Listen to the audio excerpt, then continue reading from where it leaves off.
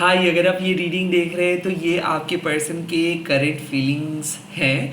मैं देखने की कोशिश करूँगा कि आपके पर्सन इस टाइम पे क्या सोच रहे हैं एंड एक्चुअली वो क्या कहना चाहते हैं या फिर उनका नेक्स्ट एक्शंस एंड यूनिवर्स आपको क्या एडवाइस दे रहे हैं।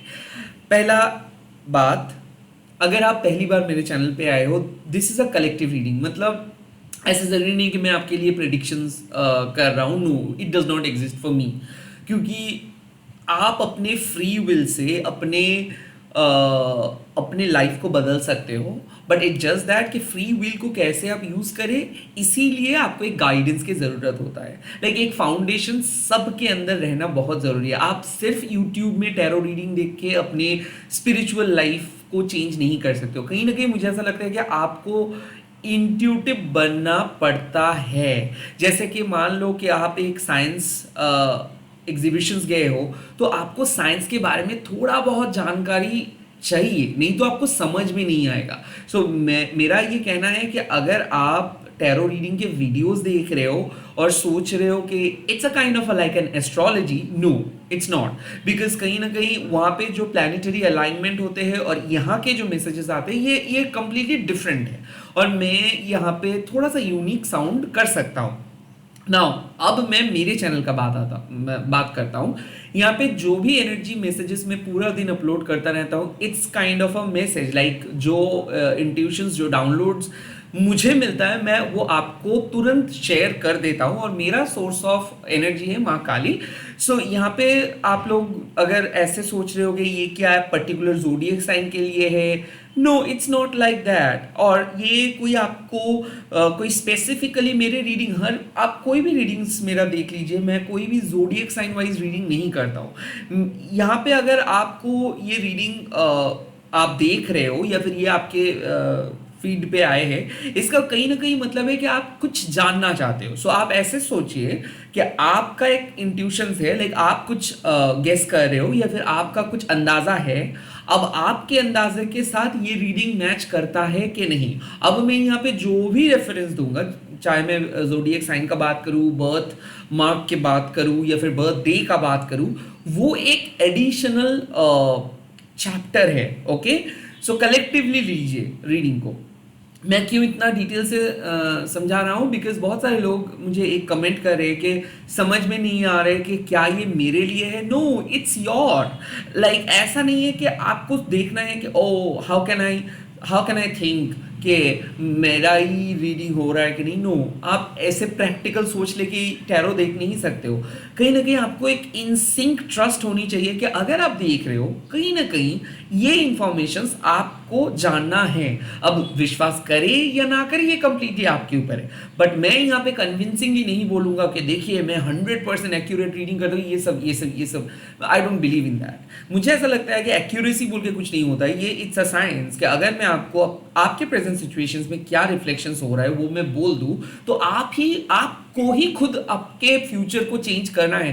कोई भी ऋषि मुनि आपके फ्यूचर को चेंज नहीं कर सकते। That's it. ओके, नाउ चाहे आप किसी भी धर्म के अंदर हो, आप ये मेरे चैनल के रीडिंग को देख सकते हो। बिकॉज मैं कोई भी मिथ बेस रीडिंग नहीं करता हूँ। इट्स एनर्जी का ना ही कोई रिलीजन होता है, एनर्जी का ना ही कोई जेंडर होता है। तो चाहे आप किसी को भी प्यार कर रहे हो, इस टाइम पे अगर आपको ऐसा लग रहा है कि आपको जानना है किसी के thoughts, so it could be your reading. और अगर आपको ऐसा लग रहा है कि no I don't feel like कि मुझे जानना है, तो यू कैन एस्केप। ओके, आपको कुछ प्रूफ ढूंढना नहीं है, आपको पूरे वीडियो देखना है। और अगर आपके मन इस रीडिंग से सहमत होता है, दैट मीन्स इट्स 100% राइट। अगर आपका मन कहता है no it's not for me, तो इट इज नो।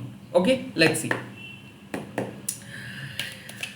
इस टाइम पे मेरे YouTube व्यूअर्स के बारे में उनके पार्टनर क्या सोच रहे हैं। ऑल्सो वन मोर थिंग कि मैं प्राइवेट रीडिंग वगैरह, प्राइवेट कंसल्टेशंस नहीं करता हूँ और ना ही मैं यूट्यूब के सिवा और कोई भी वेबसाइट्स पे अवेलेबल हूँ। तो स्कैमर्स एंड फेक प्रोफाइल से बचिए, क्योंकि मैं आपको कभी भी पैसा भेजने के लिए नहीं बोलूँगा, क्योंकि ये सब मैं नहीं करता हूँ। Let's see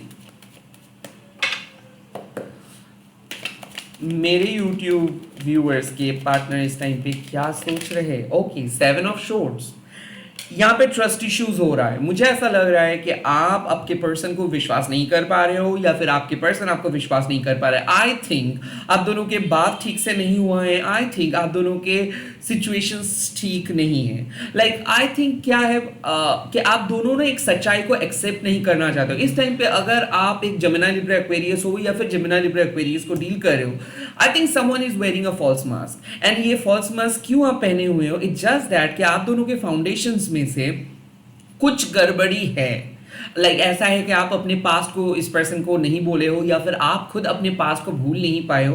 and that's why आपका इनसिक्योरिटी हमेशा रहता है कि जरूर ये पर्सन को झूठ बोल रहा है या फिर आपके पर्सन अपने आपके सामने सब कुछ क्लियरली नहीं बोले, तो इसीलिए आपके पर्सन को ऐसा लगता है कि नहीं, आई डोंट थिंक मुझे बोलना चाहिए नहीं। सो आई थिंक कम्युनिकेशन गैप या फिर एनर्जी गैप या फिर ट्रस्ट इश्यूज है इस रिलेशनशिप में। और कहीं ना कहीं मुझे ऐसा लगता है कि चीटिंग टेंडेंसी, झूठ बोलने का टेंडेंसी, विश्वास ना करने का टेंडेंसी भी मुझे दिख रहा है। ऐसा क्यों? क्यों आप दोनों एक प्रॉपर एनर्जी फील्ड में नहीं हो? क्यों ऐसा है? इसका वजह है ace of wands, lack of sexual intimacy, lack of inspiration. आपके पर्सन आपको इधर रिस्पेक्ट नहीं दिया है, आपको स्पेस ठीक से नहीं दिया है, या फिर कहीं ना कहीं आप दोनों के रिलेशनशिप में फिजिकल टच बहुत कम है। सो ऐसा होता है आजकल के मॉडर्न ज़माने में, बहुत बिजी हो गए हैं हम और इतना लॉन्ग डिस्टेंस रिलेशनशिप में हम खो गए कि हम लोगों को पता नहीं चल पा रहा है कि हम दोनों का फिजिकल केमिस्ट्री क्या है। So I think the ace of wands clearly means कि I think you need to talk much, you need to talk for a bit longer. मुझे ऐसा लगता है कि बहुत कम बात हो रहा था, बहुत कम आप दोनों का सेक्सुअल एनकाउंटर हुआ था, बहुत कम उस तरीके से कनेक्ट किए थे आप। And at the same time मुझे ये भी लग रहा है कि कैरियर एक इशू हो सकता है। आपके पर्सन इस टाइम पे कैरियर पे फोकस कर रहे हैं या फिर कैरियर में कुछ अच्छा नहीं हो रहा है, आपके भी लाइफ में जॉब का एक प्रॉब्लम्स चल रहा है। तो आई थिंक कैरियर आपके रिलेशनशिप में इफेक्ट कर रहे हैं। लेट्स सी कि इस सिचुएशंस में आपके पर्सन क्या कर सकते हैं। आई थिंक 5 ऑफ कप्स, मुझे ऐसा लगता है कि आप इस पर्सन को कुछ ज़्यादा नहीं बोल सकते हो। प्रॉब्लम क्या है कि आपको पता है कि इस रिलेशनशिप की सच्चाई क्या है। मुझे ऐसा लगता है कि आप इस टाइम पे अगर ये रीडिंग देख रहे हो, आपका माइंडसेट ठीक नहीं है। आई थिंक आप दोनों सिर्फ फोकस कर रहे हो अपने लाइफ के झगड़े के ऊपर, अपने लाइफ के डिसअपॉइंटमेंट के ऊपर। एंड आई थिंक इसीलिए आप लोगों को लग रहा है कि क्या होगा एक साथ रह के, क्या करेंगे हम एक साथ जाके, या फिर कहीं ना कहीं मुझे ऐसा लगता है कि लव के बारे में आप बहुत नेगेटिव सोच रहे हो कि प्यार करना ही बेकार था, क्यों मैं इस पर्सन को लेके आया। तो आई थिंक क्या हो रहा है कि आपके अंदर एक फ्रस्ट्रेशंस मुझे दिख रहा है, इसीलिए आपके पर्सन के अंदर में भी एक नेगेटिव डिप्रेस्ड एनर्जी मुझे दिख रहा है। द 5 ऑफ कप्स का डेफिनेट मीनिंग है कि आपके पर्सन कुछ एक्शंस नहीं लेने वाले हैं, या फिर आपके पर्सन इस टाइम पे कम से कम विद इन 5 आवर्स कुछ भी नहीं कहेंगे, या फिर जो आप एक्सपेक्ट कर रहे हो, जिस तरीके से आप चाह रहे हो, वो नहीं हो रहा है। तो क्योंकि कहीं ना कहीं आप डिप्रेस्ड हो, क्यों कहीं ना कहीं आप खुद को प्यार नहीं कर पा रहे हो, क्यों कहीं ना कहीं आप डिपेंडेंट हो रहे हो। So look at this whole energy. आप और आपके पर्सन के बीच में ट्रस्ट इशू है, क्योंकि कुछ ऐसे सच आपको भी पता है, उनको भी पता है, इसीलिए आप एक दूसरे से एक बहुत अच्छा माहौल क्रिएट कर रहे हो या फिर बहुत अच्छे तरीके से बात कर रहे हो। Well, good enough. S of wands का सिंपल मतलब है कि हार्ट टू हार्ट कम्युनिकेट नहीं कर पा रहे हो, बिकॉज आपको भी पता है कि कुछ ऐसे बात अगर आप करेंगे तो आपके पर्सन भड़क जाएंगे, या फिर आपके पर्सन आपके साथ कॉन्टैक्ट कट ऑफ कर देंगे, या फिर आपके पर्सन हेल्दी वे में आपके साथ रिप्लाई नहीं देंगे। Now the 5 of cups means कि हो सकता है यहाँ पे सेक्सुअल एनर्जी केमिस्ट्री बहुत ज्यादा है, बट जो इमोशनल सपोर्ट की जरूरत आपका है वो इमोशनल सपोर्ट ये नहीं दे पा रहे, और इस समय में शायद वो नहीं दे पाएंगे। बट इट जस्ट दैट कि आपको ये सब समझ में नहीं आ रहा है, आप रो रहे हो अंदर और एक्सपेक्ट कर रहे हो कि चीजें चेंज हो जाए। नो, ऐसे चेंज नहीं होगा। इसका सिंपल मतलब है कि आपके पर्सन इमोशनली स्टक है और आप भी इमोशनली स्टक हो अपने पास्ट में। जब तक ना आप अपने लेसन लर्न करते रहोगे, तब तक यही होता रहेगा। मुझे ऐसा लगता है कि यूनिवर्स आपको कह रहे हैं कि the show must go on. Okay, बहुत सारे ऐसे एस्पेक्ट्स हैं जो आप नहीं देख रहे हो, जो आप अनदेखा कर रहे हो। आपको सिर्फ अपने लॉस को लेके गम है, बट आपको पता नहीं कि आपके पास क्या है। आई थिंक मुझे ऐसा लग रहा है कि इस रीडिंग से ना, कि आप एक ऐसे पास्ट पर्सन के ऊपर फोकस कर रहे हो जो शायद आपके मन में बहुत ट्रॉमा क्रिएट करके गया, जो शायद आपके मन में बहुत नेगेटिविटी क्रिएट करके गया, और अभी तक आप उस पर्सन को भुला नहीं पाए हो, बिकॉज वो पर्सन आपका ट्रस्ट तोड़ा था, या फिर वो पर्सन पूरा प्यार का कॉन्सेप्ट ही बदल दिए थे आपके लाइफ में। सो काइंड ऑफ आपके पर्सन, जिस पर्सन का आपका डर है, या फिर आपके पर्सन के बारे में जो चीज़ का डर है, प्लीज़ मत डरिए, क्योंकि let it happen what needs to happen. आपके कंट्रोल में ये सब चीज़ नहीं है। ओके, मुझे ऐसा लगता है कि अगर आप कुछ ज़्यादा एक्सपेक्ट करोगे आपके पार्टनर से, तो कभी वो एक्सपेक्टेशंस पूरे नहीं होंगे। And I am talking about right now, I am talking about present, I am not talking about कि 10 साल के बाद या फिर 5 साल के बाद। आज का बात कर रहा हूँ, with in this few hours का बात कर रहा हूँ। तो इस टाइम पे मुझे ऐसा लगता है कि कुछ जर्नलिंग कीजिए, चैंटिंग कीजिए, किसी दोस्त के साथ बात कीजिए। प्लीज़ पास्ट की चर्चा मत कीजिए, पास्ट के बारे में आप गुस्से में मत रहिए, सैड मत रहिए, बिकॉज मुझे ऐसा लगता है कि शायद आपके पर्सन को पता ही नहीं है कि आप क्यों सैड हो। और अगर आप अपने इमोशनल आउटबर्स्ट को भी आपके पर्सन के सामने अचानक कर देंगे, तो एक अच्छा रिलेशनशिप खराब हो सकता है। सो लाइक मुझे ऐसा लग रहा है कि आप दोनों सेम स्टेट पे नहीं हो। ओके, आपके पर्सन पास्ट में आपको हर्ट किया था, शायद आप अभी तक उसको ओवरकम नहीं किए हो, बट आप प्रिटेंड कर रहे हो कि नहीं सब ठीक है, बट आपके मन के अंदर कुछ सैडनेस है। क्या हो सकता है कि आपके पर्सन उस सैडनेस से बाहर आ चुका है, या फिर पास्ट के इंसिडेंट उसके दिमाग पे नहीं है। फिर से अगर आप इसी पास्ट इंसिडेंट के साथ उसके साथ बात करेंगे, इसी पास्ट इंसिडेंट के वाइब लेके उसके साथ बात करेंगे, या फिर उनको कुछ ऐसे बोलेंगे कि आप कैसे बोल सकते हो, तो इस पास्ट मसले के लेके आप दोनों के बीच में झमेला हो सकता है। And I think the 5 of cups means कि आपके पर्सन फिर से आपको डिसअपॉइंट कर सकते हैं। So stop talking about the past.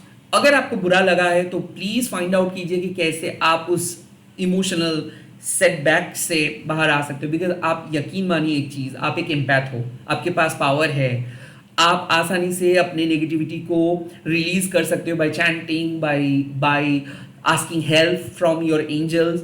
जो भी करके इस परेशानी नेगेटिविटी को चैनलाइज कीजिए और रिमूव कीजिए। प्लीज़ आप उस नेगेटिविटी को फिर से बुला के मत लेके आइए, और आपको जोड़ना है, रिलेशनशिप तोड़ना नहीं। ये बात समझ में रखिए। लेट्स सी यूनिवर्स की एडवाइस क्या है इस टाइम पे।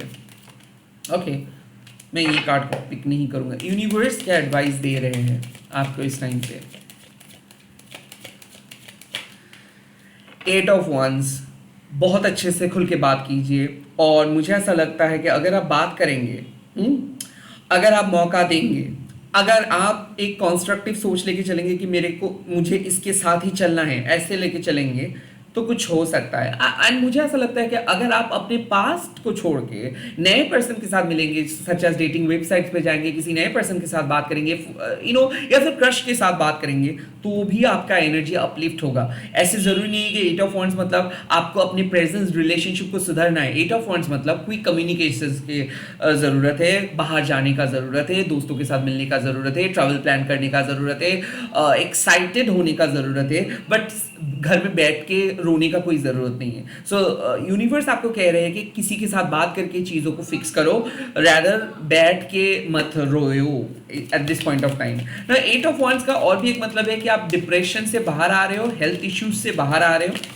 और एस ऑफ पेंटिकल्स, इसका मतलब है कि एक न्यू बिगिनिंग मिलेगा। एंड आपको, ओ माय गॉड, मुझे ऐसा लग रहा है कि आप अपने पास्ट पर्सन को छोड़ के या फिर उसके गम को भुला के किसी नए पर्सन के साथ मिलने वाले हो। And the ace of pentacles also means कि आपके पर्सन आपके साथ रीच आउट करने वाले हैं। सो मुझे ऐसा लग रहा है कि अगर आप कुछ नेगेटिविटी को हटा सकते हो, या फिर जर्नलिंग करके, या फिर अपने रिचुअल को अप्लाई करके उसको अपने दिमाग से, अपनी सोल से रिमूव कर सकते हो, तो यहाँ पे पॉसिबिलिटी है कि आप कुछ नए पर्सन के साथ ओवर द सोशल मीडिया मिल सकते हो, या फिर आप जिस भी ब्रेकअप के बाद जिस भी पर्सन के साथ बात कर रहे हो उसके साथ कुछ बन सकता है ना। S of pentacles also means कि हो सकता है कि आपके सेपरेटेड पर्सन आपके साथ कॉन्टैक्ट कर सकते हैं। Now the S means new beginning. S means कि आप अपने ऑब्स्टेकल्स को, मतलब आप अपने एग्जाम पे पास हुए हो,